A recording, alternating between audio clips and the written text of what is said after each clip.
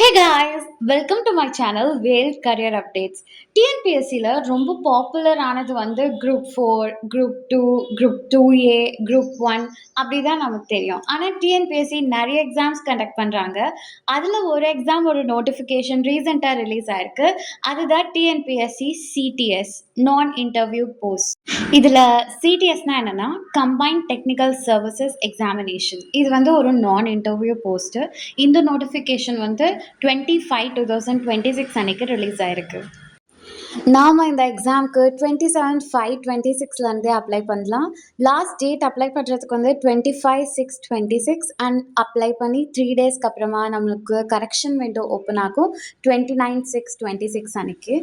அப்போது நமக்கு ஏதாவது கரெக்ஷன்ஸ் இருந்தால் நம்ம அதை கரெக்ட் பண்ணிக்கலாம்.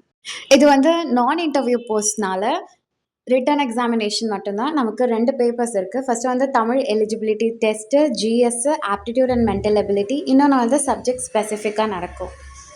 டிஃப்ரெண்ட் டெக்னிக்கல் போஸ்ட்க்கு மல்டிபிள் எக்ஸாம்ஸ் நடத்தாமல் டிஎன்பிஎஸ்சி வந்து இந்த ஒரு ரெக்ரூட்மெண்ட் ப்ராசஸ்லேயே இதெல்லாம் கம்பைன் பண்ணியிருக்காங்க.